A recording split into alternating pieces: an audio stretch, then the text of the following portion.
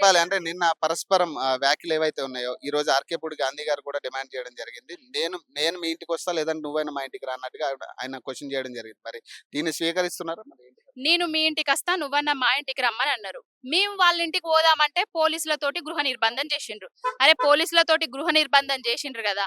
మరి మా దగ్గరికే వస్తా అంటున్నాడు గదా! అనేసి మేము సాంప్రదాయబద్ధంగా మంగళహారతులతోటి, పుష్పగుచ్చాలతోటి మా పార్టీ ఇంకా ఉన్నా అంటున్నాడు గాబట్టి, మా పార్టీ కండువాతోటి ఇంట్లకు ఆహ్వానించి లంచ్ చేసి ఇక్కడి నుంచెల్లే తెలంగాణ భవన్‌కి పోయి ప్రెస్ మీట్ పెట్టి అక్కడి నుండెళ్ళి కేసీఆర్ గారి దగ్గరికి పోయి ఆయనకు ఆశీర్వచనం ఇప్పిద్దామని అనుకున్నాం.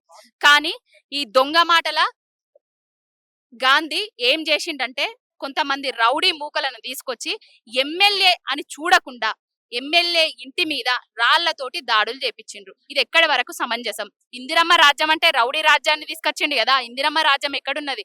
రౌడీల రాజ్యాన్ని ఎమర్జెన్సీ కాలాన్ని తీసుకొచ్చిండు తెలంగాణలో.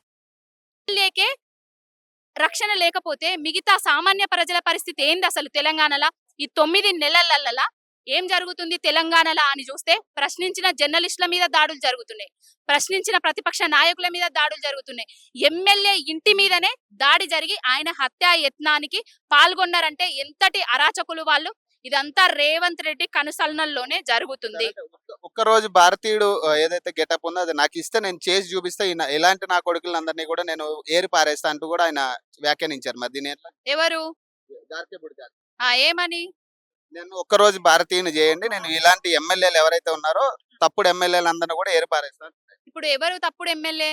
ఒక పార్టీలో గెలిచి ఆ పార్టీకి సభ్యత్వానికి రాజీనామా చేయకుండా, ఆ పార్టీకి రాజీనామా చేయకుండా అధికారంలో ఉన్న పార్టీలకు పోయినోడు తప్పుడు వ్యక్తా? లేకపోతే పార్టీ అధికారంలోకి లేకపోయినా కూడా పార్టీని పట్టుకొని ఉన్నోడు అదా?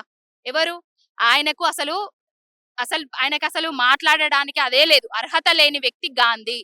కేసీఆర్ గారు కష్టకాలంలో ఉన్నారు. ఆయన గుర్తు మీద, ఆయన పార్టీ గుర్తు మీద గెలిచిన వీడు ఇప్పుడు ఏం చేయాలి? కేసీఆర్ గారి వెన్నంటి ఉండాలి. ఆయనకు వెన్నుపోటు పొడిచి ఇప్పుడు కాంగ్రెస్ పార్టీలకు పోయి నేను పోలేదు అని చెప్తున్నాడు. పోలేదా? పోయినవా? మాకు క్లారిటీ ఇయ్యి ఫస్ట్. నువ్వు కాంగ్రెసా లేకపోతే టీఆర్ఎస్ఆ లేకపోతే అటు ఇటు కానోనివా? ఇంకేదన్నా ఒకటి క్లారిటీ ఇయ్యి. కాంగ్రెస్ అయ్యేది ఉంటే కాంగ్రెస్ కండువా కప్పుకున్నా అని చెప్పేసి, బీఆర్ఎస్ అయ్యేది ఉంటే బీఆర్ఎస్ కండువా కప్పుకో.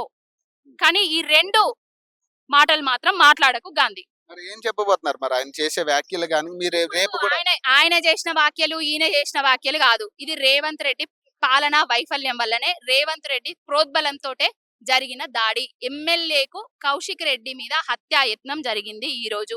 ఈ హత్యాయత్నానికి కారకుడు రేవంత్ రెడ్డి. చేపిచ్చింది రేవంత్ రెడ్డి, చేసింది అరికపూడి గాంధీ. చేయడం వల్ల ఎవరో భయపడి ఊరుకుంటారు అనుకుంటున్నారు. కానీ ఉవ్వెత్తున లెగుస్తది ఉద్యమం. అరికపూడి గాంధీ అనేటోనికి అర్హత లేదు. అసలు ఆయన తెలంగాణ బిడ్డనే కాదు. ఆయన సెటిలరు. ఇక్కడికొచ్చి రౌడీ రాజకీయాన్ని పెంచి పోషిస్తున్నాడు రేవంత్ రెడ్డి కనుసన్నల్లో. మరి ఇంతమంది పోలీసు బృందం ఉందా కూడా ఎందుకు ఇంత దూరం రావాల్సిన? బ్రో, పోలీసు బృందం ఎవరికి కొమ్ము కాస్తుంది? వాళ్ళకు అసలు వాళ్ళకి సాలరీస్ ఎక్కడి నుంచి వస్తున్నాయి? వాళ్ళకు ప్రభుత్వం సాలరీ ఇస్తుంది కాంగ్రెస్ ప్రభుత్వం ఇస్తుంది అనుకుంటున్నారా? అసలు ఏం చేస్తున్నారు? కాంగ్రెస్ నాయకులకు కొమ్ము కాస్తూ వాళ్లకు రక్షణ కల్పించుకుంటూ వాళ్ళతోటే, కాంగ్రెస్ నాయకులతోటే మా మీద దాడికి పాల్పడుతున్నారు.